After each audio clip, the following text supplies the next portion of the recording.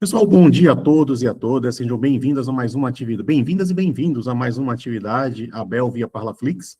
A oficina Como Aplicar Projetos sobre Democracia em Contextos Educativos é organizada pela Fundação Fernando Henrique Cardoso por meio de uma parceria Abel e Apel, realizada nos últimos anos. A oficina será administrada pela professora e oficineira Beatriz Kipnis e Renata Capovilla.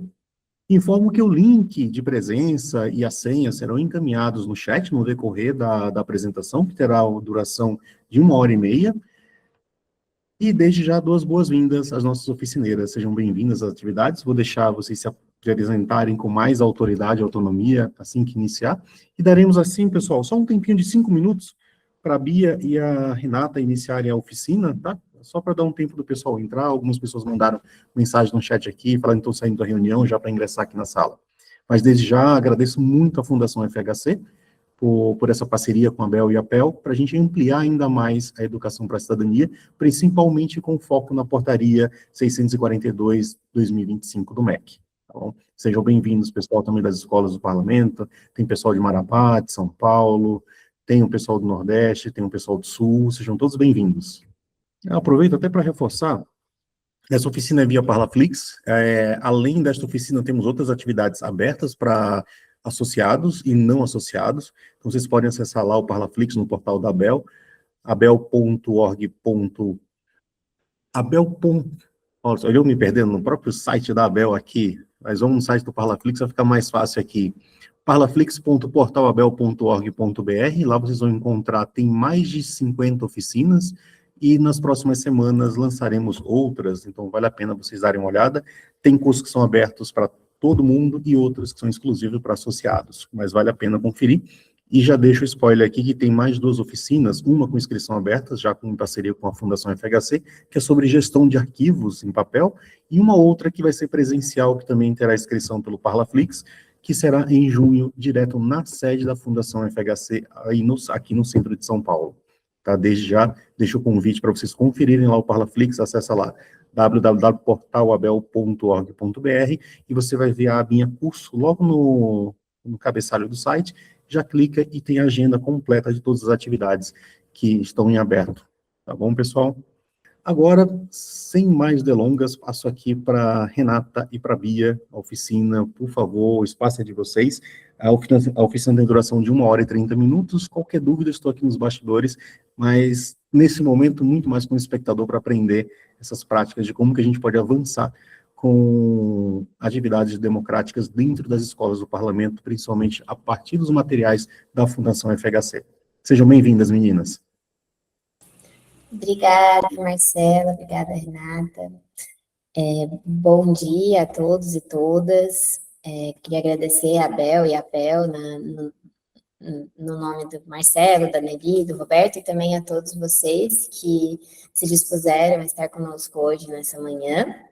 Meu nome é Beatriz Kipnis, eu sou gerente do Centro de Estudos e Debates da Fundação FHC, e eu vou estar junto com a Renata Capovilla hoje. A ideia é que eu faça uma breve apresentação para mostrar um pouquinho do trabalho da Fundação e mostrar também como os roteiros pedagógicos que a Renata vai trabalhar no segundo momento se enquadram dentro do contexto organizacional como um todo, também apresentar outros recursos que vocês podem utilizar.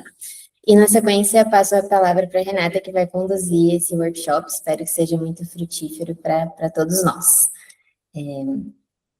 Vamos lá, então? Por favor. Bom, a Fundação FHC é uma organização sem fins lucrativos, apartidária. A nossa missão é promover uma democracia de melhor qualidade, baseada numa cidadania informada, que seja comprometida com o bem comum e sempre aberta ao diálogo com o diferente. E a gente faz isso através de 2 centros, o Centro de Estudos e Debates, do qual estou falando, que é a parte think tank da Fundação, que busca promover uma reflexão e um diálogo público sobre os desafios da democracia e do desenvolvimento do Brasil em sua relação com o mundo, e a gente faz isso através de publicações, de policy briefs, mini documentários e também de materiais educativos. E a gente também tem um Centro de Memória e Pesquisa, que foi o a razão de ser, né, do início da fundação, que preserva e difunde o acervo do ex-presidente Fernando Henrique Cardoso e também de cada vez mais figuras importantes para a história do Brasil. E o Centro de Memória e Pesquisa faz isso através de exposições virtuais, de uma exposição física sobre o Plano Real na Fundação, oficinas e também um portal online onde a gente pode ter acesso aos documentos desses acervos, né? Juntos, esses dois centros têm um programa de educação para a cidadania. Renata, você pode passar, por favor? O Programa de Educação para a Cidadania da Fundação tem o objetivo de promover o conhecimento sobre os temas e processos que são relevantes para a democracia. Então, a gente trata de temas como inteligência artificial, direitos, nacionalismo, e a gente entende a democracia como esse processo não linear, né, de conquista de direitos, em que a gente tem debates entre diferentes grupos e que esse debate é saudável para a gente conseguir encontrar soluções que sejam boas para o coletivo. Então, a gente trabalha nesse sentido, também a gente trabalha para fortalecer os valores democráticos, como empatia, pluralismo de ideias, e estimular o pensamento crítico e incentivar que as novas gerações se engajem na vida coletiva, na sociedade, na política. Então, para isso, nosso público principal são educadores e alunos, pensando em contextos educativos formais e não formais, e a população em geral, porque a gente disponibiliza, né, todos os produtos e atividades da Fundação online, gratuitamente, e também a gente tem algumas atividades presenciais, também gratuitas. Dentro desse programa, a gente tem um projeto que chama Democracia em Movimento, que nesse projeto que se enquadram nos roteiros pedagógicos que a Renata vai trabalhar em maior detalhe na sequência. E esse projeto, ele tem o objetivo de retratar a história política e social do Brasil desde a redemocratização, então desde 1985. Ele se concretiza em um portal online, em que a gente trata hoje de 10 temas diferentes. Então, a gente trata de direitos LGBT+, saúde, pessoas com deficiência, transparência e controle, reforma agrária, política ambiental, povos indígenas, questão racial, direitos das mulheres, educação. E esse portal, ele tem como foco o alunos de ensino médio e educadores que trabalham com essa faixa etária. Nesse portal, vocês encontram dois tipos de material, né? A gente tem uma biblioteca de linhas do tempo, então, para cada um desses temas, a gente tem uma linha do tempo desde 85 até os dias de hoje, que mostram as leis, as políticas públicas, os acontecimentos da sociedade civil em relação a esses temas, e a ideia não é mostrar de forma estanque, né, cada um desses acontecimentos, mas mostrar o contexto que existia na época, por que cada política pública surgiu, qual era o debate que acontecia naquele momento, qual eram as diferentes posições entre grupos de interesse, os embates entre Estado e sociedade civil, os embates entre os diferentes poderes. Então, a ideia realmente é mostrar esse processo democrático e esse debate entre os diferentes ideias e como isso ocorreu na nossa nova democracia depois da redemocratização. Além dessas linhas do tempo, né, a gente tem também materiais educativos associados a esses temas. Então, a gente tem dois tipos de material educativo hoje para cada um desses temas. A gente tem os roteiros pedagógicos, que a Fundação Fernando Henrique Cardoso fez em parceria com o Porvir. Os roteiros pedagógicos, eles são baseados em aprendizagem baseada em projetos, e eles são feitos para serem desenvolvidos em mais ou menos 10 aulas, em pontos formativos, e a ideia é que os alunos eles sejam protagonistas, né, do seu aprendizado e passem pelas fases de investigar, entender quais são, o que é esse tema geral, questão racial, saúde, meio ambiente, enfim, entender a história e entendendo que a história é importante para a compreensão desse tema no presente e no futuro. E aí, eles têm que fazer a relação desse grande tema com o contexto deles, o contexto da escola, o contexto da comunidade, e então, a partir disso, eles vão identificar algum problema que existe no contexto deles, fazer um projeto para endereçar, né, essa questão e implementar esse projeto. Então, a ideia é que eles tenham a oportunidade de ter essa vivência da cidadania na prática, entender que a aquisição do conhecimento é importante para praticar essa cidadania, que o debate entre os pares também é muito relevante para eles encontrarem as soluções, né, para aquele problema coletivo e implementar uma ação, né, se engajar de fato. Além dos roteiros pedagógicos, a gente também tem um outro material, que são os infográficos. A ideia dos infográficos como o próprio nome diz, é um infográfico, é visual, e ele faz um recorte de cada um desses temas das linhas do tempo. Então, quando a gente vai falar de direitos das mulheres, o recorte, por exemplo, é Lei Maria da Penha, que é uma parte, né, dos direitos das mulheres, mas a gente vai usar esse tema da Lei Maria da Penha, por exemplo, para falar também de uma dinâmica democrática. Então, a gente vai falar sobre ciclo de políticas públicas, nesse caso. No caso da questão ambiental, por exemplo, a gente vai falar sobre como as agendas internacionais afetam as agendas nacionais. No caso das pessoas com deficiência, a gente vai falar sobre o que significa ser cidadão. Então, a ideia é trazer, explicitar uma dinâmica democrática e também cada infográfico tem acompanhado uma sequência de atividades que tem o mesmo espírito dos roteiros pedagógicos, de protagonismo dos estudantes, de conexão do geral para o que eles vivenciam, mas a ideia é que são atividades daí mais pontuais, que podem ser trabalhadas em uma aula, uma coisa mais pontual. Todos esses materiais estão disponíveis no site da Fundação gratuitamente, vocês podem imprimir esses materiais. No caso dos infográficos, eles foram pensados para isso também, A4, pode ser impresso em preto e branco, e fica bem interessante para trabalhar em sala de aula. E a ideia, né, a Fundação deseja estar cada vez mais a serviço de quem está fazendo a educação para a cidadania acontecer na ponta. Então, a gente está disponível para vocês, no que vocês tiverem de dúvidas hoje e também no futuro, quiserem implementar esse material, a gente está à disposição. E aí, só para contar um pouquinho do futuro, né, do projeto, a gente... Renata, se puder passar. Obrigada. A gente ainda... Esse projeto é um projeto que está em constante movimento, então a gente, esse ano, está desenvolvendo novas linhas do tempo, a gente vai ter até o fim do ano mais 2 temas de segurança pública, de política externa brasileira, que vão estar disponíveis no portal. A gente também está trabalhando em versões sintéticas dessas linhas do tempo, a gente vai manter a versão longa, que a gente entende que é importante, é rico esse material mais denso, mas também a gente vai ter uma outra opção, que é um material e-book, que pode também ser impresso, mais resumido, assim, de cada linha do tempo, então o educador pode escolher, vai poder escolher, né, qual tipo de material ele quer trabalhar, e a gente busca cada vez mais parcerias de implementação, então se vocês também tiverem interesse em implementar esses materiais no contexto de vocês, podem nos procurar, a gente está à disposição, a gente está buscando essas novas parcerias mesmo para implementar. E também a gente tem buscado premiações como uma forma também de implementação, de avaliação, de ter feedback sobre esses materiais. A gente quer ter essa troca com quem está implementando mesmo na ponta.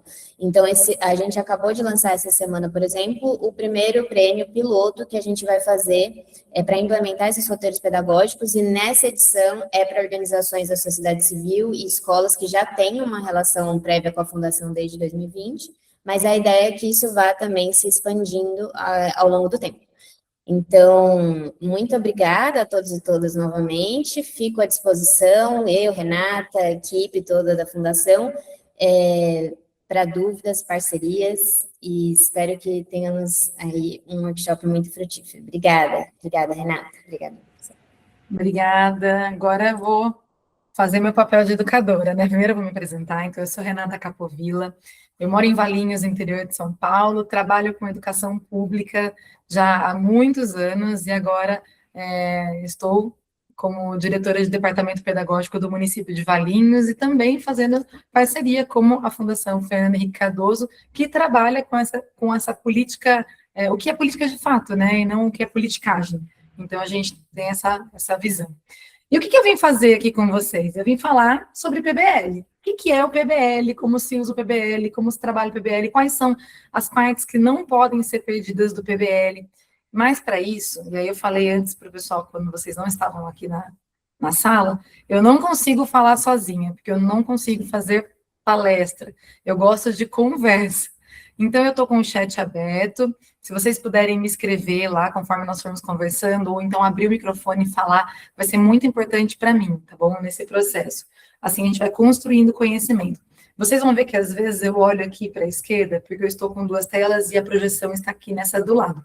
Mas eu estou olhando para vocês aqui, tá bom? O que eu quero, então, em primeiro lugar? Pedir que vocês, antes de a gente mergulhar na metodologia e tal, que é o PBL, eu quero que vocês pensem nessa posição. Ó, se coloca na seguinte posição. Você é membro do Conselho Nacional de Saúde. E aí, por ser membro do Conselho Nacional de Saúde, você tem acesso a todos os dados sobre como o SUS foi construído, o que mudou com a implantação do SUS, o que ainda não funciona. E aí você precisa tomar uma decisão sobre uma política pública. Então, tem um peso. Ou então, um segundo ponto, aqui eu coloquei segundo tópico. Você é um investigador analisando uma obra pública que está inacabada na sua cidade, e aí você tem que entender por que ela está parada. Quem que é o responsável por essa obra? O que a lei fala sobre isso? Pergunto para vocês, como que a curiosidade muda a forma do aluno aprender? Quem quer falar ou quem quer escrever? Abre o microfone para mim. Como que a curiosidade muda a forma que o aluno aprende? E aí? Alguém vai escrever para mim? Alguém vai falar comigo? Deixa eu ver aqui a lista das pessoas. Eu vou fazer uma dedocracia, hein, gente? Aí, Cíntia, muito obrigada. Além de se sentir instigado, se sente parte ativa do processo, protagonista do processo. Perfeito. Você coloca esse aluno sendo instigado e ele vira protagonista desse processo de aprendizagem. Muito bom. A Raquel colocou que a curiosidade motiva o estudante, instiga ele a participar. É exatamente isso, gente. O que acontece quando nós instigamos essa curiosidade do aluno? A gente coloca ele, quando a gente coloca ele nesse papel, tá? De investigação, de decisão, de ação, a relação com o conteúdo, ela muda completamente. Porque a escola, ela vai deixar de ser um lugar onde ele só recebe informação para ser um lugar onde ele constrói conhecimento com um propósito. O Rafael colocou que a curiosidade pode servir como orientação no processo de aprendizagem. É isso. A gente tira esse aluno de um mero recebedor para alguém que investiga, para alguém que é protagonista na sua ação de conhecimento e se sente parte de um projeto. Adalberto, acho que para mim essa é a melhor parte, é o senso de pertencimento que o aluno protagonista tem, porque aí ele pode desenvolver de acordo com as habilidades dele. Eu lembro, vou trazer agora um remember aqui, quando eu estava na escola e tínhamos que apresentar um trabalho em grupo. O professor dividia os grupos, ou a gente se dividia em grupo, no grupo de 5, 2 trabalhavam, e os outros 3 ficavam ali naquele processo de enrolação, e na hora de apresentar, nem sempre aqueles 2 que trabalharam arduamente no desenvolvimento do projeto eram aqueles que tinham uma maior uma fala mais adequada, ou que tinham uma dialética melhor. E aí, o que não tinha feito nada, mas que falava muito bem, ganhava nota e o outro perdia nota. Hoje a gente pode, a partir do projeto, trabalhar com a habilidade do aluno para aquele processo. Então, se você tem um aluno que fala melhor, ele pode desenvolver isso dentro do projeto. Se você tem um aluno que é mais artístico, ele pode ser esse aluno que vai desenvolver as questões mais artísticas do projeto. Então, você tem uma diversidade de possibilidades de acordo com a habilidade do aluno. E ele, sendo desenvolvido nessa habilidade, ele é protagonista, ele se sente pertencente. E o ser pertencente é muito importante. Marcelo falou que coloca o aluno como protagonista no processo de aprendizagem e conectado ao seu ambiente. É isso. Gente, quando a gente está falando de um aluno que está construindo o seu conhecimento, saindo desse lugar passivo, a gente chama isso na escola, né, de espaço emancipatório. E o PBL entra aí. Quando a escola quer, o professor quer, não é só a escola, porque às vezes a escola não quer, mas o professor quer. Quando o professor quer colocar esse aluno nesse protagonismo, a gente tem um espaço emancipatório. E o espaço emancipatório, ele é o que o PBL contempla como um todo. Aí vou passar aqui, né? Mas o que é o PBL, gente? Né? Falando, o que ele é? PBL é uma sigla de Project Based Learning, ou aprendizagem baseada em projetos, que é uma metodologia ativa que vai colocar esse aluno no centro do processo de aprendizagem, sempre trabalhando com um problema real. O que é um problema real? É aquilo que faz parte do contexto dele, é aquilo que faz parte do conhecimento prévio que ele tem e que faz sentido para ele investigar. Por exemplo, e aí vou dar um exemplo de problema real, tá? As chuvas e as enchentes que ocorreram lá no Rio Grande do Sul. É um problema real, muito real, está muito dentro da realidade daquelas crianças, mas não necessariamente vai ser um problema real para uma criança do Sudeste, para um estudante do Sudeste, que não vivencia aquilo, que não está vivenciando aquilo de fato, ele está vivenciando de observador. Então, o problema real, ele pode ser real na sociedade, mas não real para aquele aluno. E o PBL não, ele traz esse contexto de um problema real. Então, pensando, né, no contexto de democracia em movimento, como que ele vai funcionar? Ele funciona em 3 camadas, que são importantes.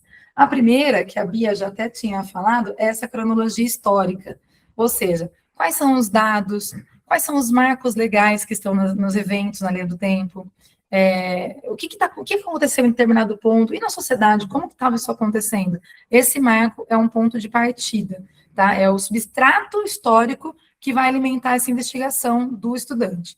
Então, ele é ali um ponto importante. A segunda é o PBL em si, tá? Que é ali o que a gente vai fazer para transformar esse aluno de passivo no investigador. E aí, a pergunta que nos move, né, nesse processo é como fazer isso? Como que a gente vai fazer com que esse aluno não apenas leia essa linha do tempo, mas que ele queira entender por que as coisas são como são? Né? Ele vai sair do processo de só leitura para entender como é que as coisas serão ou são como são nesse processo. E a terceira é a prática cidadã, nosso terceiro ponto, que é a culminância do projeto. O projeto, ele não termina só na sala de aula. Todo projeto, ele tem um produto final que termina numa ação. E essa ação, ela pode ser, gente, ação, quando a gente fala, ação pode ser uma coisa tão ampla e pode ser também uma coisa tão pequena, mas que vai gerar impacto na sociedade, ou na escola, ou na comunidade, onde vocês optarem para que isso gere impacto. E aí, qual produto vai ser desenvolvido?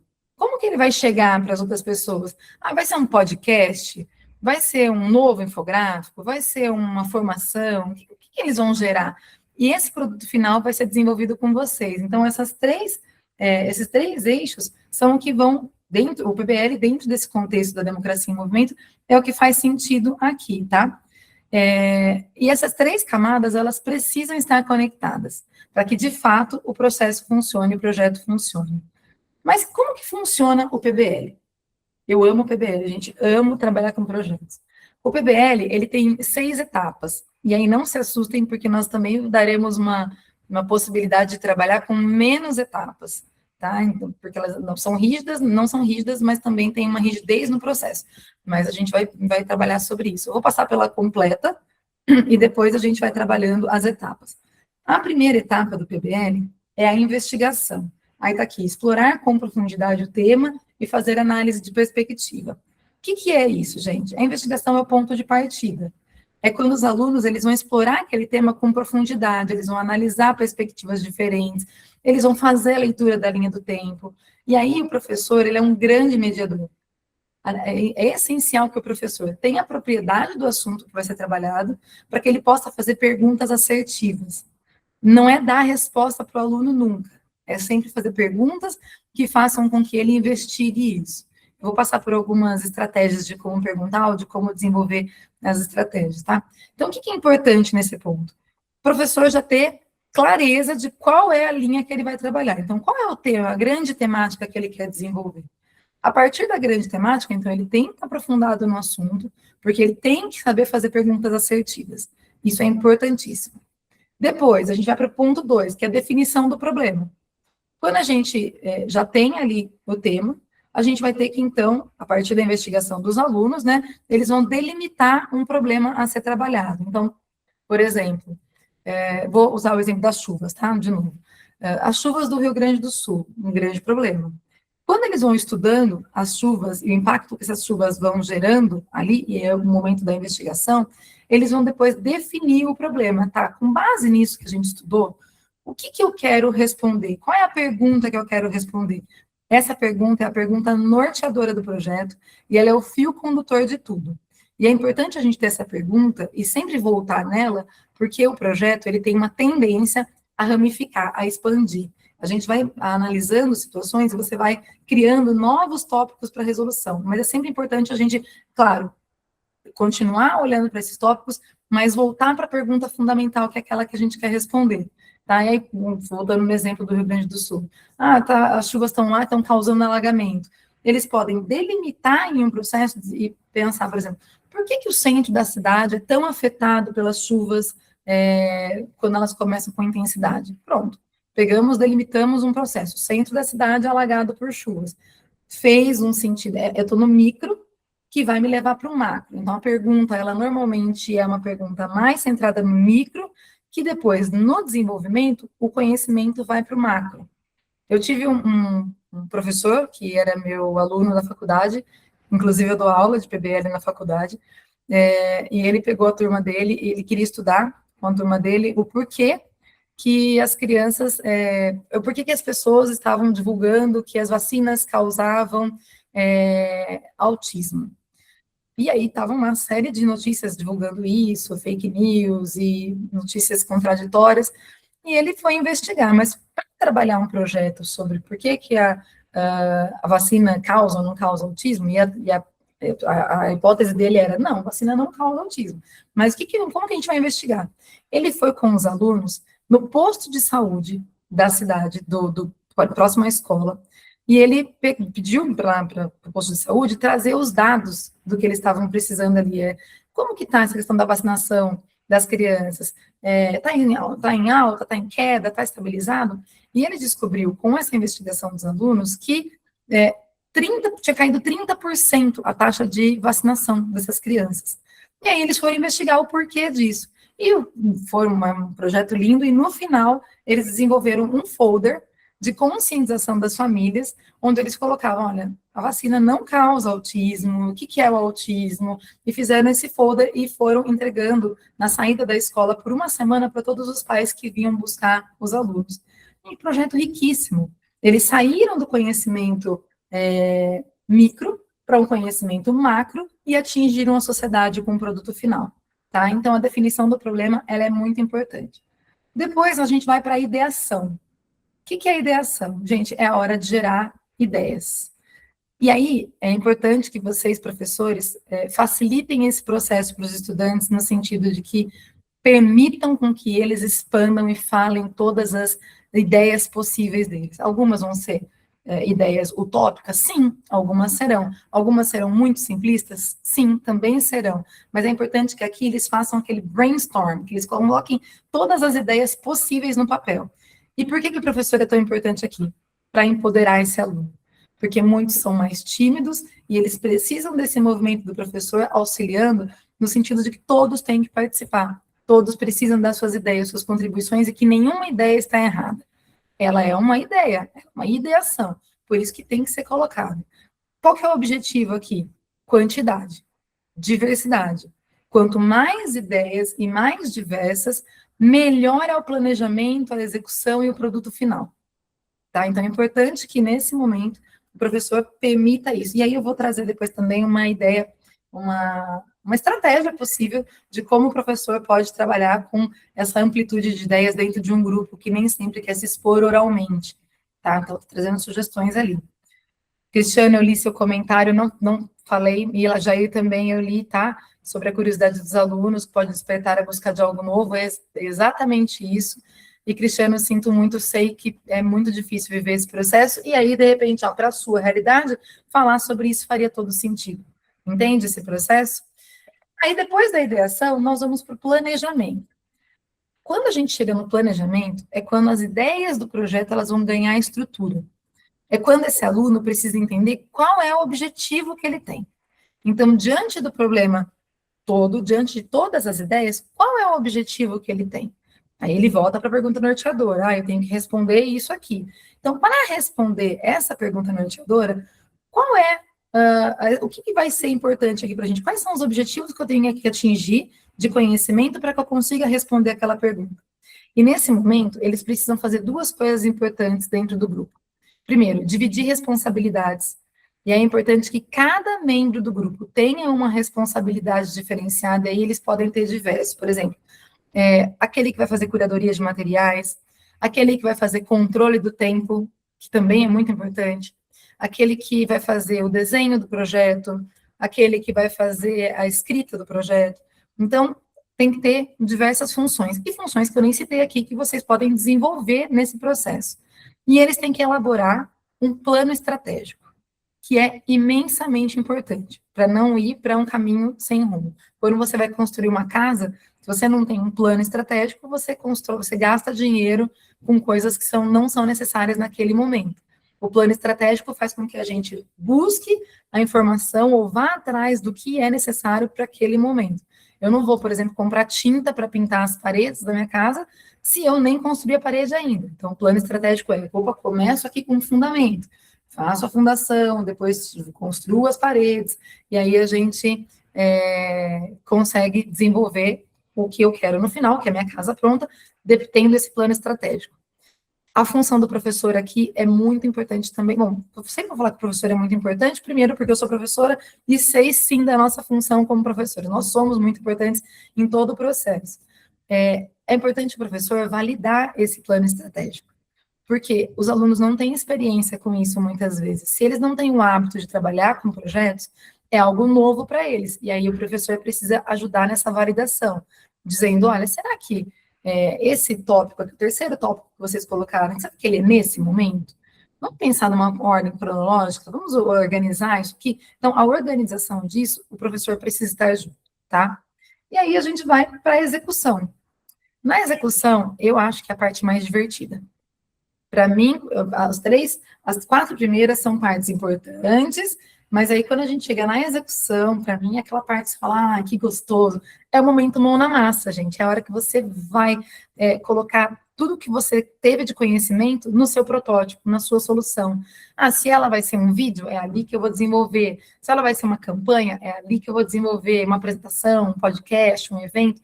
É a hora que esse aluno começa a executar, é a hora que ele executa, de fato, aquilo que ele estudou. É onde todo o conhecimento que eles tiveram vai ser colocado ali em prática, tá? Em prática de uso para que vire o produto final. A execução é onde, no PBL, os estudantes começam a se perder no processo. E aí o professor precisa estar atento nisso para que eles voltem para a pergunta norteadora e voltem para o produto final que eles definiram. Por quê? Uma coisa é a gente ter um projeto e um produto final esperado num papel. Outra coisa é nós fazermos isso mão na massa. O fazer é mais complexo. Então, por exemplo, eu posso ter tido a ideia de fazer um podcast.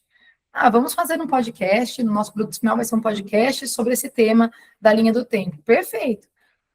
Só que para fazer um podcast, não é simplesmente ligar o microfone e sair falando. Você tem que roteirizar, você tem que ter perguntas assertivas, você tem que conhecer o assunto, saber quais são os objetivos de cada pergunta para que no final tenha uma amarração. E aí, quando eles vão fazer isso, eles às vezes pensam, nossa, não é bem isso que eu estava querendo, está dando muito trabalho, vamos mudar? E o pivotar aqui é importante que o professor esteja junto. Não, olha, vocês querem fazer isso? Vamos pensar junto. O que a gente pode fazer? Qual é o próximo passo? Como que eu consigo transformar isso num roteiro, por exemplo? E aí eu vi que aqui o Cristiano colocou a questão do uso da IA, né, que ela surge como um desafio gigante nesse contexto. Realmente, Cristiano, a IA surge como um desafio gigante nesse contexto, mas ela já é parte do nosso mundo, parte da nossa vida, e ela não pode ser ignorada. O que não pode ser ignorada é nós trazermos esse aluno para um uso que seja um uso consciente e assertivo, um uso intencional.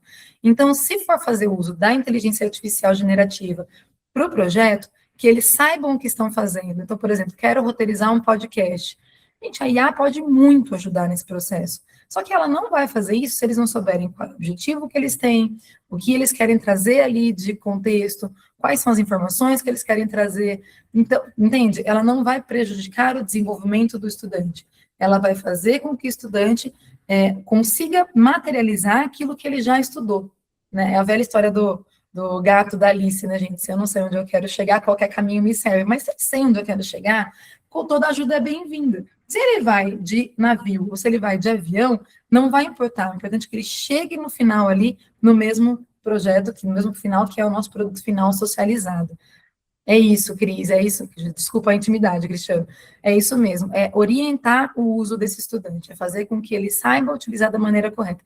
E isso é trabalhar com eles com educação midiática.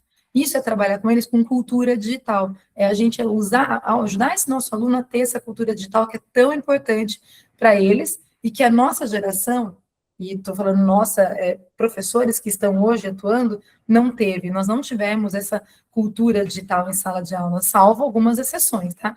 Algumas escolas já trabalhavam com isso, mas a tecnologia está num boom muito grande de desenvolvimento muito recentemente, e esse recentemente nos torna fora do processo que esses alunos precisam viver de prática de educação midiática, de cultura digital, etc.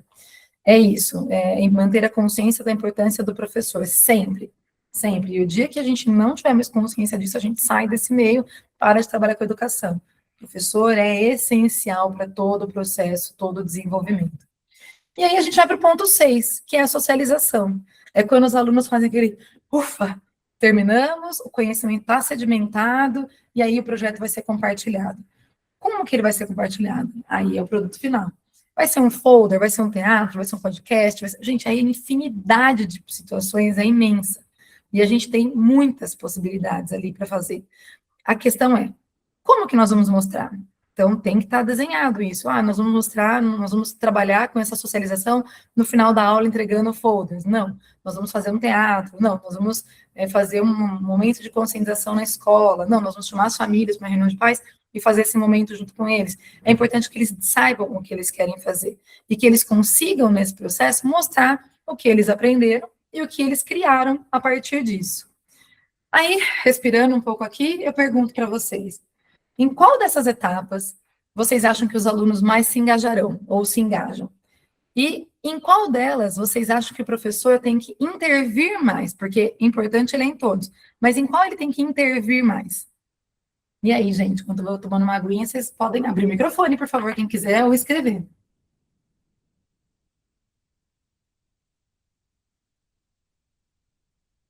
Vamos ver? Vamos escrever?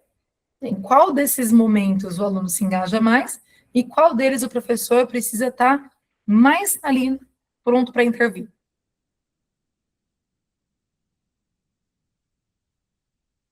Eu acho que é o planejamento, porque é uma parte fundamental de todo o projeto, porque é onde a gente vai colocar tudo para ser praticado no planejamento, e onde o professor vai organizando algumas coisas, os alunos vão vendo o que é ideal. No planejamento, se a gente se perde no planejamento, a gente perde todo o resto, né, Clara? A gente não consegue fazer o processo. Oi, Cristiano, pode falar, pode abrir o microfone.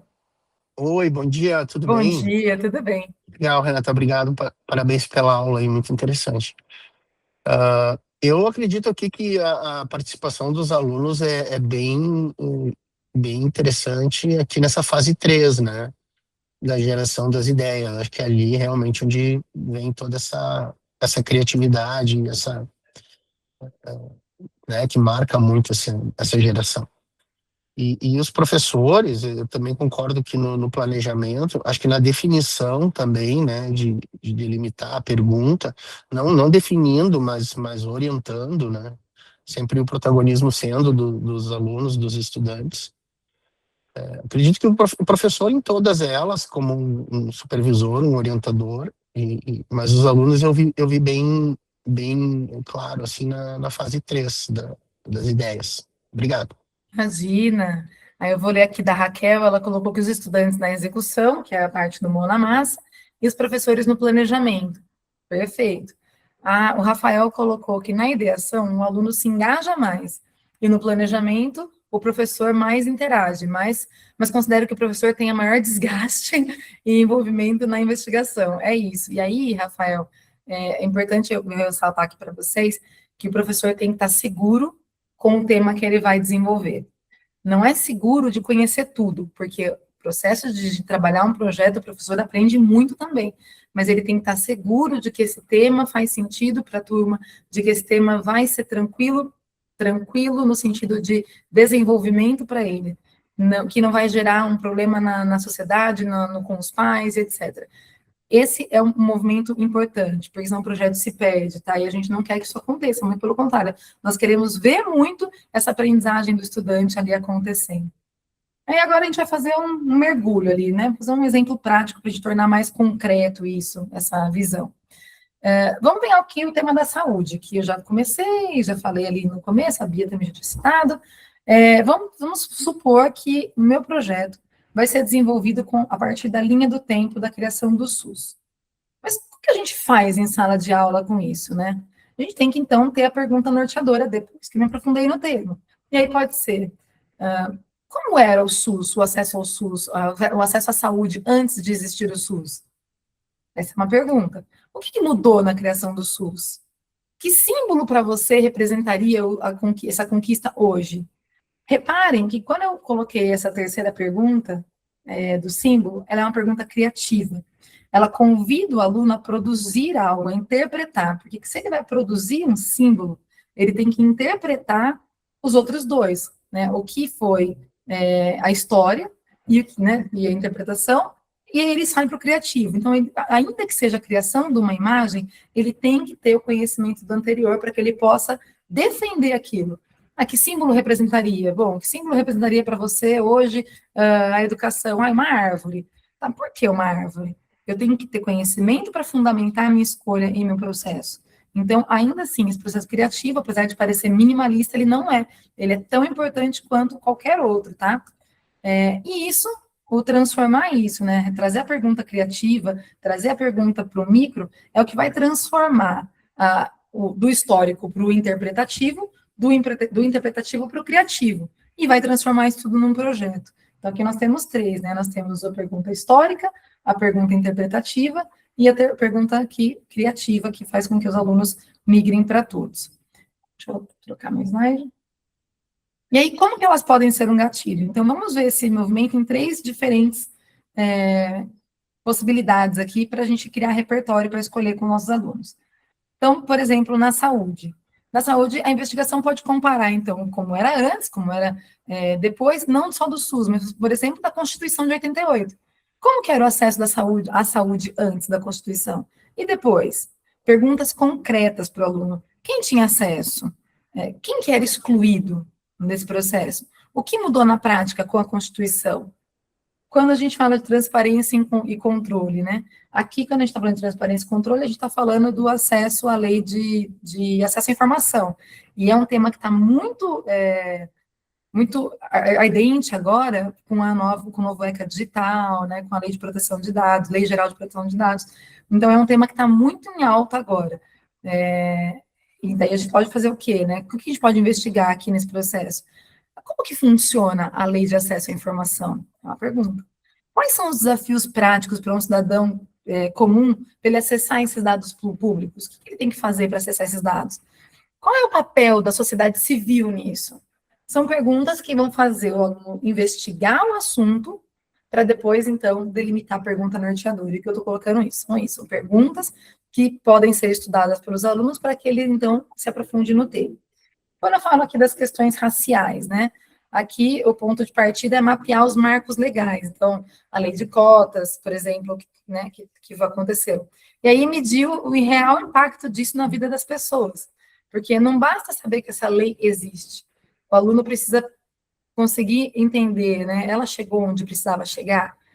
Como que está esse processo? E aí, gente, em todos os casos, aí tem 3 exemplos, mas a gente tem, não é todos os outros, tá?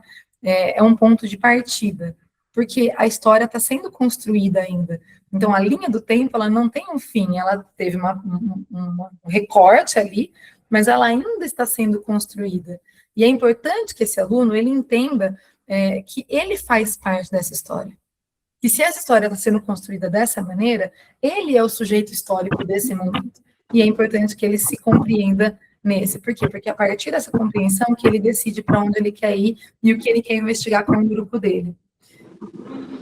Vocês têm ideia dos temas que mais engajariam seus alunos? Se quiser escrever enquanto eu vou avançando aqui, que temas mais engajariam os alunos de vocês hoje? Pensando nesses temas, deixa eu voltar aqui para vocês verem. Nesses temas que a Bia trouxe aqui no começo. Direitos LGBT+, pessoas com deficiência, saúde, transparência e controle, reforma agrária, política ambiental, povos indígenas, questão racial, direito das mulheres e educação.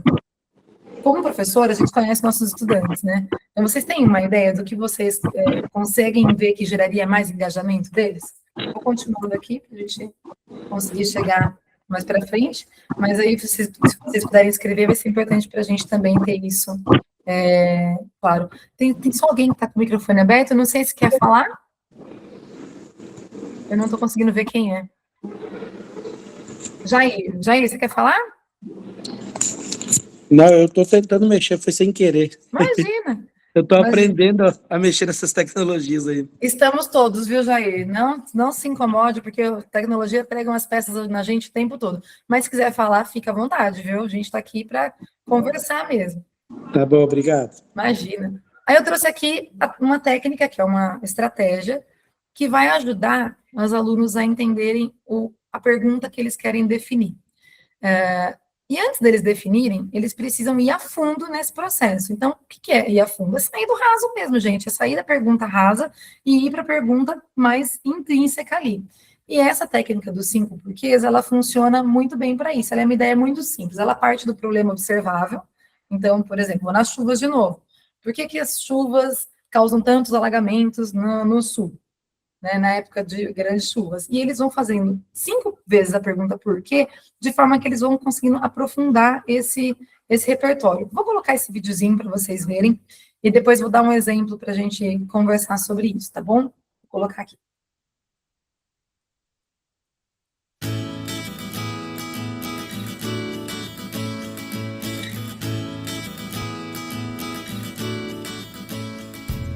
Os processos organizacionais, na maioria das vezes, são eficientes, mas isso não significa que não apresentem nenhum tipo de problema. Quando o problema aparece, precisamos identificar sua causa para que possamos resolvê-lo.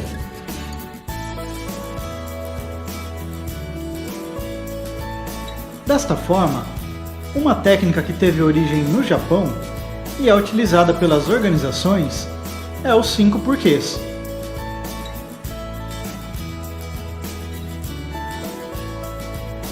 Bom, e para que serve essa técnica final? Ela serve para detectar a principal causa de um defeito ou problema, onde perguntamos 5 vezes o motivo de seu acontecimento. No entanto, não é necessário que sejam feitas exatamente as 5 perguntas, mas desde que se chegue à real causa do problema. Então vamos para a prática. Veja como é simples utilizar a técnica dos 5 porquês. Primeiro, imagine que um determinado produto apresente um defeito. Agora sim, vamos aplicar a técnica dos 5 porquês para entender a causa desse defeito. Nosso problema então é o produto com defeito.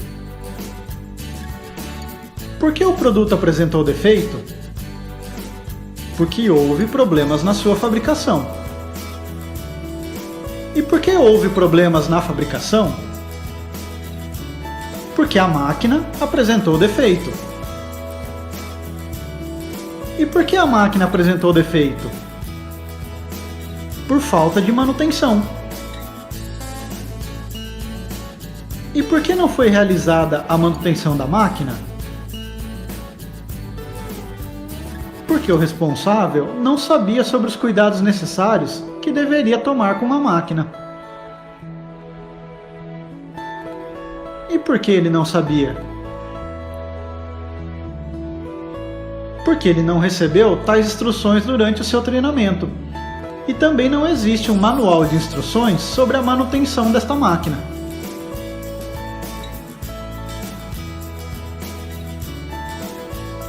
É importante notar como a técnica é simples e apresenta resultados interessantes.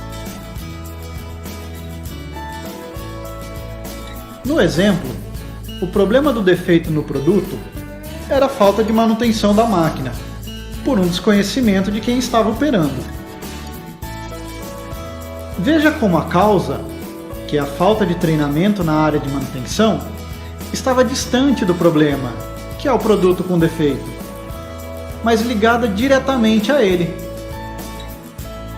Sabendo agora onde está o problema, é mais fácil traçar um plano de ação para a sua correção. Um dos segredos dos 5 porquês é responder as perguntas da forma correta e com critérios investigativos. É importante considerar os 5 porquês como uma ferramenta que possui limitações, pois fazer 5 perguntas não significa uma análise detalhada do problema investigado. É um método muito simples, mas como sugestão, deve ser utilizado juntamente com outras ferramentas, como, por exemplo, o diagrama de Ishikawa. Se você não o conhece, fique ligado nos próximos vídeos. Tô com o microfone fechado, desculpa. O que eu trouxe aqui, então, agora para a gente falar? Um exemplo. Um exemplo para a gente ver a técnica dos 5 porquês sendo colocada em ação. Então, um exemplo aqui inicial, né? O problema inicial, a comunidade não acessa os dados de transparência da cidade. Por que a comunidade não acessa os dados de transparência da cidade? Porque eles não sabem onde encontrar. Porque não sabem onde encontrar isso aí. Aí, a segunda pergunta, por que eles não sabem onde encontrar? Bom, porque o portal da prefeitura é muito complexo e tem muitos caminhos, é uma possibilidade. Aí, por que o portal da prefeitura é tão complexo e tem todos esses caminhos? Porque ele não foi desenhado para os cidadãos. Então, eu vou avançando. E por que eles não foram? Por que ele não foi desenhado pensando nos cidadãos? Bom, porque provavelmente os cidadãos não participaram desse processo de execução, não participaram desse movimento de criação. E por que eles não participaram desse movimento de criação? Bom, aí, porque há uma lacuna entre o letramento digital e o cívico na comunidade. Às vezes a gente não consegue encontrar pessoas, cidadãos, que possam participar desse processo. Encontramos ali a raiz. Então, nem sempre vai precisar fazer 5 perguntas, às vezes ele para na 3ª, na 4ª, e aí já chegamos à causa raiz, mas ele ajuda a ir delimitando o processo. Se nós tivermos, por exemplo, um letramento digital e cívico, a sociedade se engaja mais no processo de desenvolvimento e criação, e aí a gente consegue fazer com que eles acessem mais facilmente os dados de transparência da cidade. Fez sentido, gente? Ficou mais fácil? A gente começou com um problema técnico, né, que era um portal difícil de acessar, e a gente chegou no problema estrutural, que é essa formação cidadã, que é completamente diferente. Então, nem sempre, porque a pergunta é técnica, a resposta se termina no técnico, muito pelo contrário, ela vai chegar no outro processo. E isso muda tudo, gente. Aí, qual seria a solução, né? A comunidade não acessa os dados. O aluno, ele consegue ir de forma assertiva na raiz do problema. Ele poderia pedir, eu quero uma melhoria no portal, mas isso seria apenas um pedaço da solução que não atingiria a raiz do problema, que é essa falta de letramento dos cidadãos, né, dos civis, para que possam participar. Fez sentido?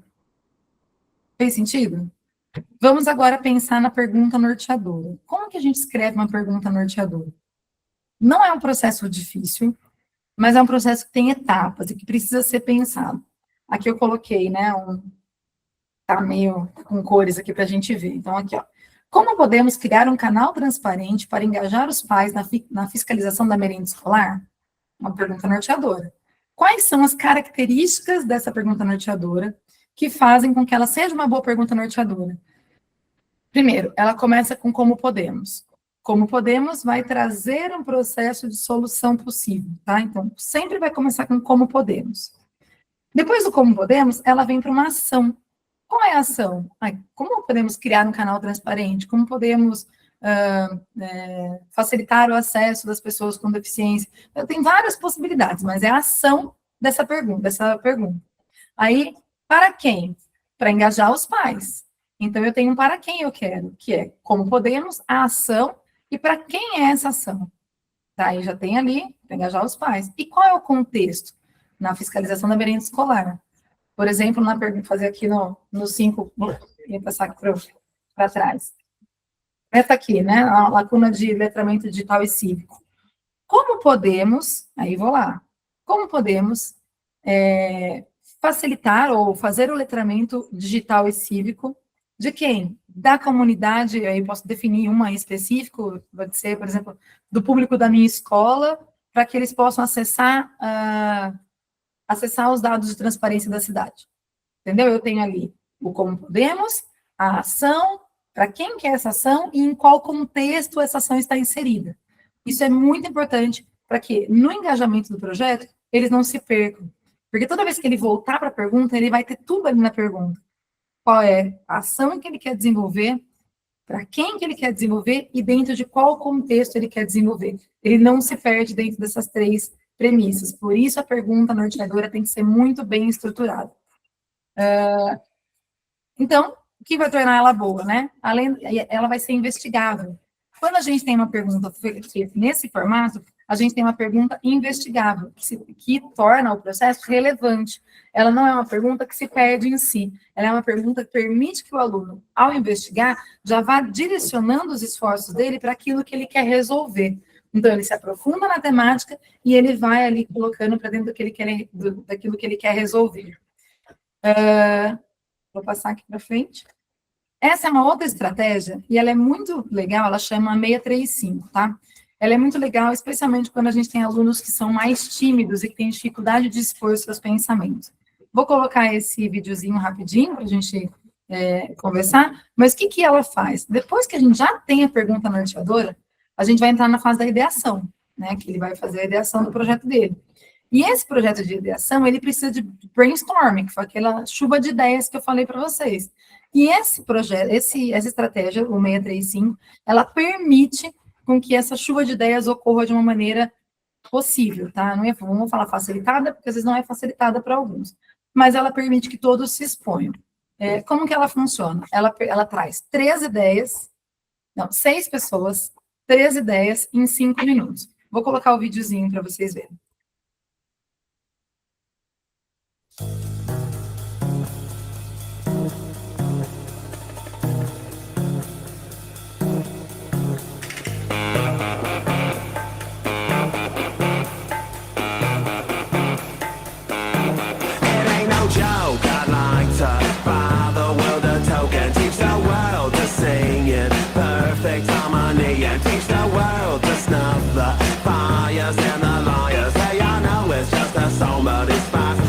Recipe. This is a love attack. I know when our body's back, it's just like any fat. It retracts before impact, and just like fashion, it's a passion for the with it and hip. If you got the goods, they'll come in buy it just to stay in the click. So don't delay, act now. Supplies are running out. Allow if you're still alive. 6 to 8 years to arrive, and if you follow them, may be out tomorrow. But if the office shine, you might as well be walking on the sun. Achei bom trazer o vídeo, porque ele torna concreto aquilo que eu vou explicar agora. Então, como que o 635, né, é um método, mas é uma estratégia, como que ele funciona? O grupo, ele é dividido em equipes, tá? E aí, no caso aqui, o 6, que é o nome da estratégia, mas pode ser com 5 também, pode ser com 4, vai diminuir o número das soluções, mas ele é possível também. Cada um desses alunos, ele recebe uma folha, e ele vai escrever nessa folha 3 ideias possíveis da solução dele, da pergunta norteadora. Então, ele vai sempre voltar para a pergunta norteadora. Quais são as 3 possibilidades que ele entende? Ele entende que é possível fazer na escola um momento de formação com os pais. Então, ele vai colocar as 3 ideias dele ali. Quando terminam os 5 primeiros minutos que ele está ali fazendo as ideias dele, ele passa a folha dele para quem está do lado e recebe a folha de outro.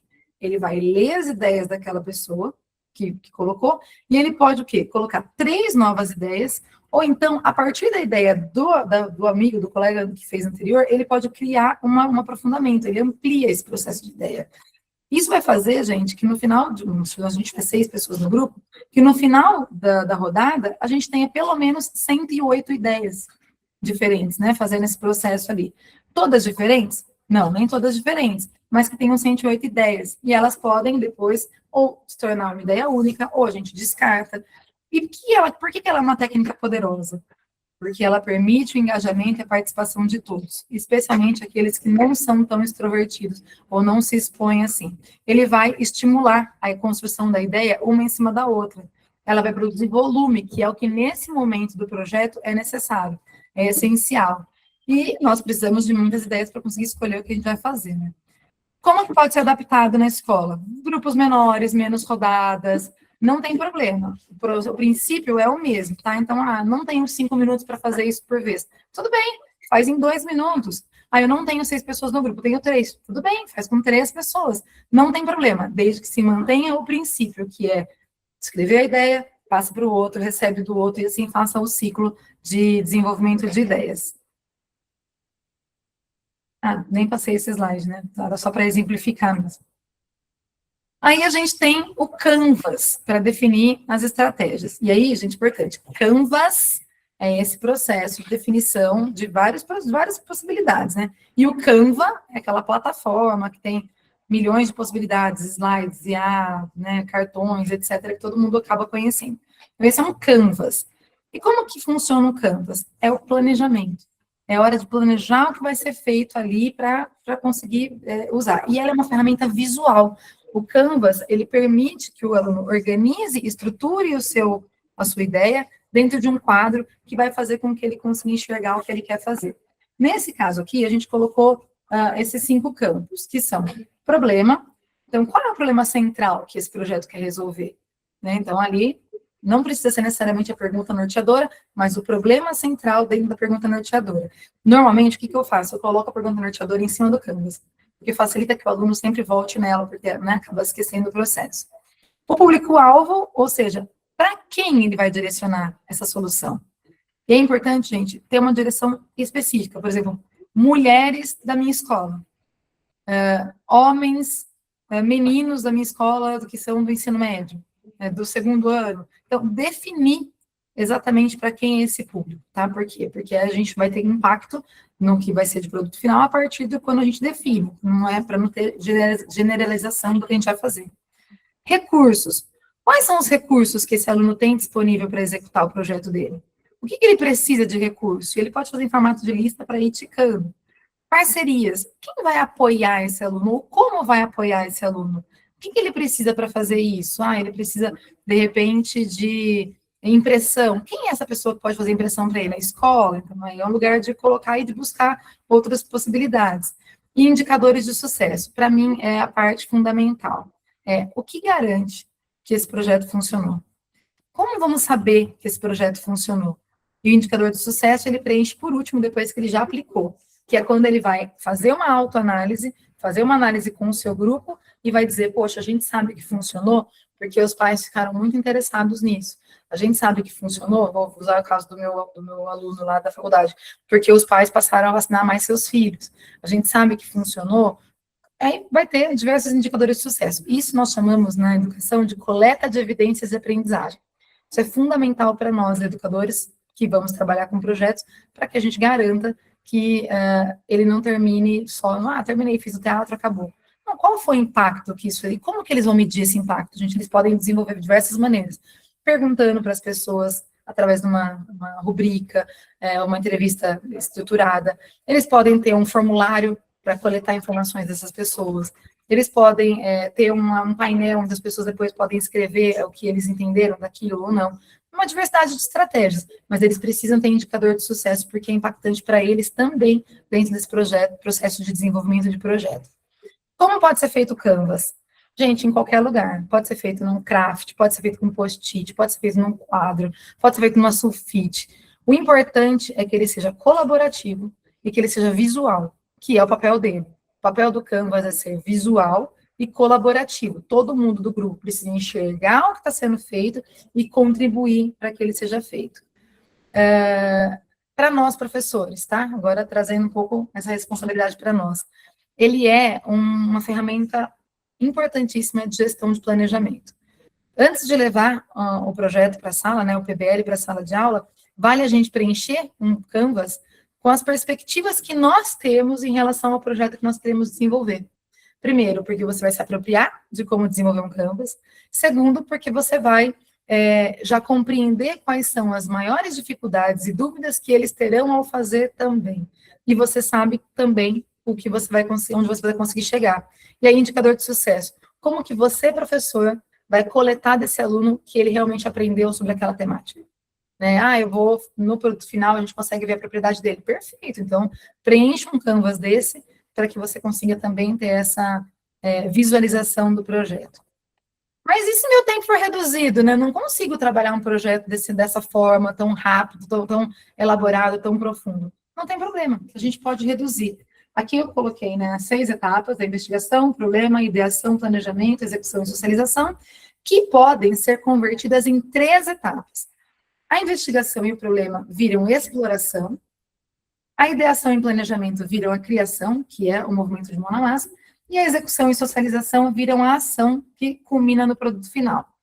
É o ideal? Não é o ideal, mas a gente sabe que tendo 50 minutos de aula, que tendo uma série de coisas para resolver, que tendo currículo para preencher, a gente não dá conta de fazer muitas vezes o projeto como a gente quer fazer.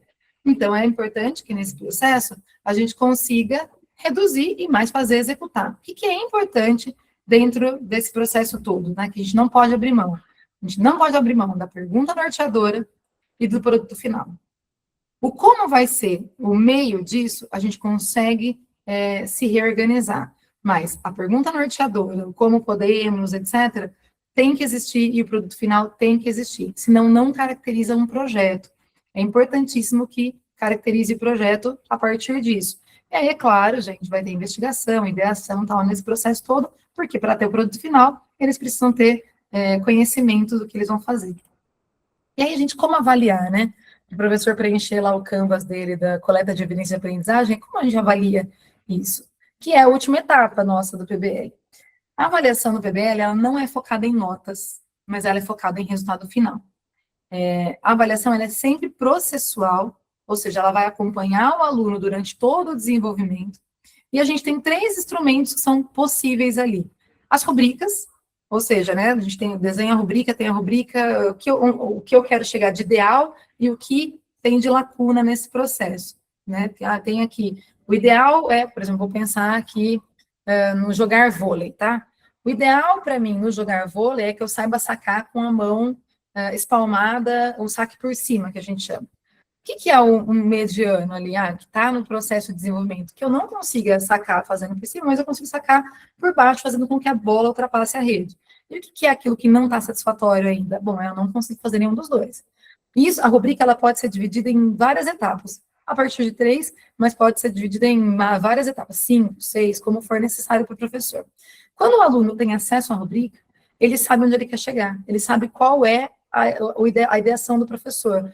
Bom, o professor espera que eu saque por cima, então ele vai fazer todo o processo, o desenvolvimento, para que ele consiga sacar por cima, o treinamento dele para isso. Então, é importante. O outro são os portfólios. Gente, portfólio é vida. É registrar o passo a passo do pensamento, do desenvolvimento, do projeto, do processo. E aí, no portfólio, tudo tem sentido. Por que tem sentido? Pô, a coleta de instrumentos que a gente fez lá, de validação de conhecimento. Tem sentido. É parte do portfólio. Tem sentido colocar as perguntas que foram surgindo no desenvolvimento? Tem sentido. E como que a gente faz o portfólio, gente? Pode ser online, pode ser também no post-it, pode ser num papel que você vai fazer num caderninho. Tem vários formatos de portfólios. O importante é a construção disso, até porque materializa para o aluno, torna concreto para o aluno e também para o professor. E a autoavaliação. PBL precisa de autoavaliação. O aluno precisa parar, refletir sobre a ação dele, refletir sobre o aprendizado dele e tornar isso, construir isso com o grupo dele. Por quê? Porque isso vai desenvolver metacognição, que é o que nós buscamos mesmo. Então, o objetivo fundamental, gente, e é um princípio do PBL, não é cumprir uma tabela, tá? Mas é compartilhar essas soluções, é compartilhar o valor do que foi aprendido, das conexões que foram feitas, das habilidades que a gente desenvolveu, e na ação, e no que resultou esse projeto para o mundo real, né? Para a comunidade que eles quiseram. Quando a gente pensa nesse processo de avaliação, isso pode ser desafiador quando o aluno está acostumado à lógica da nota, tá? E para a família também, muitas vezes, nesse processo. Mas comunicar esse processo para o aluno e comunicar para as famílias é parte necessária para que a gente tenha segurança na fala, para que a gente tenha segurança no desenvolvimento e não haja cobrança da família e do aluno depois em relação a isso. Por quê? Porque ele sabe a partir do que ele vai estar sendo avaliado.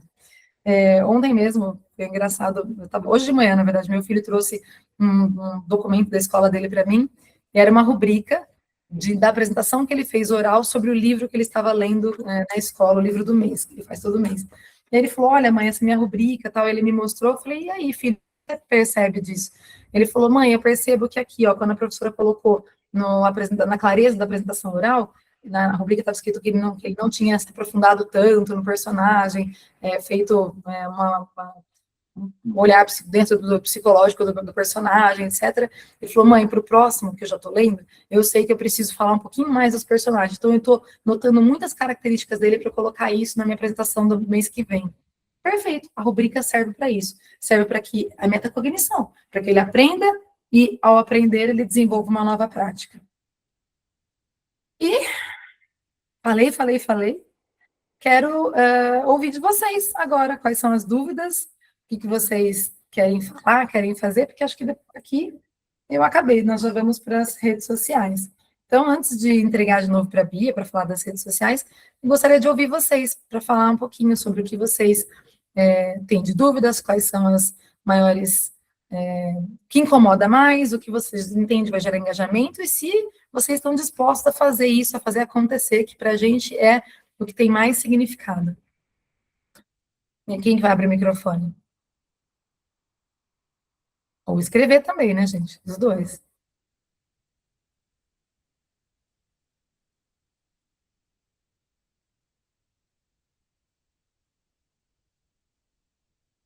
Alguém? Cristiano, que já abriu o microfone, estava corajoso. Eu já estava abrindo aqui, então, assim, o meu pensamento. A gente conhece os alunos de qualquer maneira, mesmo pelo online, está vendo?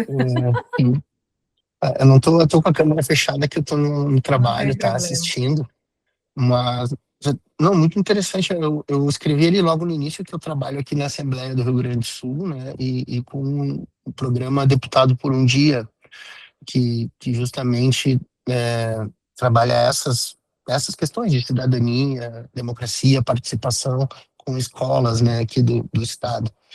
E é muito interessante, eu sou apaixonado por esse programa.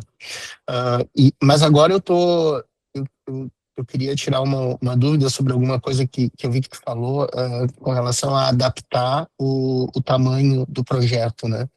Eu tenho um outro projeto que eu estou precisando aplicar aí na minha graduação, e a matriz, digamos, desse projeto é um material para um ano, para um ano letivo inteiro, e eu preciso transformar isso em 4 encontros. E está sendo bem desafiador, assim, então, se de repente dentro dessa aula aqui, se não fugir muito desse contexto, tu puder me dar alguma orientação nesse sentido, eu agradeço. O que eu faria nesse caso, tá? Não sei se eu vou te ajudar muito, mas o que eu faria? Você precisa levantar, a grade de um ano inteiro são quantas aulas no total? Uma aula por semana? É um projeto previsto para um ano, que pode ser aplicado também em um semestre, né, um formato mais enxuto. Mas eles são quantas aulas previstas ali? Uma aula por semana, eu acredito que seja, nem contei, assim, mas eu faria esse primeiro movimento, eu faria primeiro entender quantas aulas são nesse processo, quantas aulas fazem parte desse projeto, aí eu agruparia as aulas que são possíveis de agrupar. Então, aquelas que são aulas de exploração, agruparia no processo de exploração. As aulas que são processo de criação, agruparia dentro da mesma temática. E aí, nisso, você redivide. Porque, às vezes, são 2 aulas, mas as 2 aulas elas são complementares. Você pode tornar elas uma aula só. Claro, Sim. você vai ter perca nisso? Vai, porque nem tudo vai ser tão aprofundado como você precisa. Mas você garante que vai passar por todas as fases. E aí, você consegue enxugar mais. É uma possibilidade. Certo. Certo. É como o tema é muito amplo, assim, né? A minha ideia é fazer um recorte desse material e, na verdade, criar um outro projeto, né, baseado nessa literatura, né, nesse conteúdo, né? Porque é muito, muito difícil, né, trazer um ano para um mês, praticamente, né? Então, eu Muito, muito agradeci difícil. a tua orientação, vou guardar ela e talvez aplicar, né? Mas nesse contexto está sendo bem difícil. Eu estou fazendo esse recorte e vou trabalhar ali o tema inicial, né? E quem sabe, se der certo, fazer outros módulos, quem sabe continuando, né? É uma espécie de um laboratório, de um projeto piloto numa escola. Vou dar uma sugestão. Pega o Tá. currículo desse projeto, coloca na inteligência artificial e coloca quais são suas dores. Olha, tem esse projeto, ele ocorre uma vez por semana, por um ano, mas eu preciso enxugar ele, garantir que ele seja eficaz, que trabalhe os mesmos objetivos, mas em 6 meses. E vai buscando essas ideias, porque a IA vai trazer bastante ideias produtivas ali para você, que é o uso assertivo da IA. Ela não vai fazer por você o projeto, mas ela vai te ajudar muito na concentração e nessa caracterização desse novo projeto. Tá bom, ótimo. Eu tenho um pouco de resistência, mas acho que é mais teimosia mesmo. Tem que usar as ferramentas que estão disponíveis, né? Vou fazer isso sim. Obrigado, Renato. Imagina. Alguém mais? Renata, não sei se dá para me ouvir, que eu estou usando o microfone do computador. Estou te ouvindo, só não estou vendo o seu nome e quem está falando, mas eu estou te ouvindo. Eu sou o Rafael, trabalho aqui na Câmara de Barueri, né? E a minha dúvida, ela vem um pouquinho desde da parte da Beatriz, né? Quando ela mostrou os materiais e tal, né? Os infográficos e tudo mais. A gente que trabalha em Câmara Municipal fica muito preso à colaboração em nível municipal. E aí, a grande maioria dos municípios, ela trabalha muito com Fundi 1, educação infantil, com algumas exceções, que é o nosso caso aqui em Barueri, Fundi 2 também, mas o ensino médio acaba ficando a cargo do Estado. E aí eu achei tanto o infográfico quanto as relações de exemplos que vocês passaram, muito ligadas a esse público. E aí a maior dificuldade, talvez, não seria nem adaptar o tempo, mas adaptar a linguagem ou até mesmo construir um material novo a partir de vocês. Essa adaptação de faixa etária, para nós, é sempre um grande desafio. Então, eu queria saber se em algum momento vai ser tratado isso, a gente já pode citar essa questão sobre essa adaptação de faixa etária, especificamente. Bia, quer falar? Obrigada. Oi, Rafael, obrigada pela pergunta. Então, o projeto Democracia em Movimento, e, na verdade, assim, todo o programa de educação para a cidadania da Fundação, a gente tem como foco o ensino médio. Entendendo também que esses temas, eles são bastante trabalhados no currículo do ensino médio, mas eles não precisam ser exclusivos para o ensino médio, porque são temas que fazem sentido em vários momentos da vida. O Fundi 2, talvez, anos finais do Fundi 2, dê para trabalhar esses temas, e talvez o final do Fundi 2 não precise de tanta adaptação quanto se imagina, sabe? Principalmente os infográficos, que já tem essa parte mais visual, mais sintética, é um pouco mais simples do que os roteiros pedagógicos. Na questão das linhas do tempo, eu acho que também o que vai ajudar bastante, e a gente deve fazer isso até o fim desse ano, são essas versões sintéticas das linhas do tempo, porque as linhas do tempo que a gente tem hoje no site, elas são bem densas, realmente, assim, elas são densas, têm uma linguagem um pouco mais carregada e tal, mas a ideia dessa nova versão sintética é que seja um produto realmente muito mais simples e com uma linguagem também já bem mais acessível, vamos dizer assim, para os estudantes, e eu acho que já atenderia um público Fund 2 bem, sabe? Então, a gente está trabalhando nisso ao longo desse ano, e vai ter isso disponível no site da Fundação, provavelmente até o fim desse ano, ou no início do ano que vem. Independentemente também disso, eu queria deixar aberto que, assim, essas adaptações, mais adaptações, né, que vocês queiram fazer, a gente pode também pensar em conjunto, se fizer sentido, né, para Barueri, fazer uma adaptação para Fund 1, vocês quiserem fazer alguma adaptação desse material, a gente pode pensar em parcerias nesse sentido também. Então, fica aberto para vocês, o meu contato, eu vou deixar meu e-mail aqui também no chat, e também podem pedir para o Marcelo, ou em outros momentos, se não precisarem, assim, a gente está bem aberto para parcerias, tanto nesse sentido de olhar para o material, adaptar, implementar, vamos pensar juntos, estamos à disposição de vocês, tá? E a ideia é muito boa. Tem mais? Bia, Renata, tudo bem? Oi, bom dia, tudo bem. Parabéns aí pela aula, pela apresentação, tudo que vocês falaram encaixa perfeitamente no dia a dia das escolas do Parlamento. E fico muito feliz aqui em encontrar o pessoal do Sul, ali na pessoa do Cristiano, tem pessoal do Nordeste, do Norte, do Sudeste também, do Centro-Oeste, e a participação foi muito boa, tanto nas perguntas, na interação aqui, e principalmente no grupo do WhatsApp aqui, que eu recebi mais de 10 mensagens perguntando se a aula ia ser gravada, porque outras pessoas receberam feedback, e elas querem a aula gravada para assistir depois. Então, tenho certeza de que esses mais de 30 aqui presentes vai aumentar ainda na emissão de certificados no futuro, que a gente vai disponibilizar entre hoje e amanhã todo esse material aqui da aula da Bia, da Renata, da Fundação FHC, já no Parlaflix entre hoje e amanhã. O mais tardar amanhã mesmo, a gente já disponibiliza o vídeo e encaminha também para a Fundação. Agradeço mais uma vez a participação de todos, principalmente da Fundação por essa parceria que já vai render uma outra atividade no dia 21, já convido vocês a acessarem o site da Abel, dar uma olhada lá no Parlaflix, porque vem novidade por aí, e a próxima atividade é exatamente a gestão de arquivos, com uma atividade digital, e no mês de junho, uma atividade presencial na Fundação. Eu sei que vai ser mais fácil para quem está na região da Grande São Paulo, quem está no estado de São Paulo, mas é uma atividade que quem conseguir, por meio da sua Câmara, vir até a capital para participar, é muito bacana, porque vocês vão ter uma atividade prática ali em loco no próprio Instituto, que é uma referência na questão da manutenção e principalmente na zeladoria do arquivo. Podemos participar disso. Sim, Cristiano, eu vou te chamar, eu vou deixar aqui, vou pedir para a Ingrid, que está aqui, ela colocar o WhatsApp da Bel, e ela já convida você para participar também desse grupo do WhatsApp, tá bom? Pode ficar tranquilo. Qualquer dificuldade que vocês tenham para emitir o certificado, pode chamar lá no grupo da Bel, pode mandar e-mail lá, que eu sei que alguns acabaram não se inscrevendo para a atividade, mas a gente tem como emitir o certificado, sim. Bia, Renata, alguma consideração? Só agradecer mesmo pela parceria da Abel, da PEL, pela presença de todos vocês, e também agradecer a Renata pelo excelente workshop, foi muito bom, tenho certeza que vai render muitos frutos.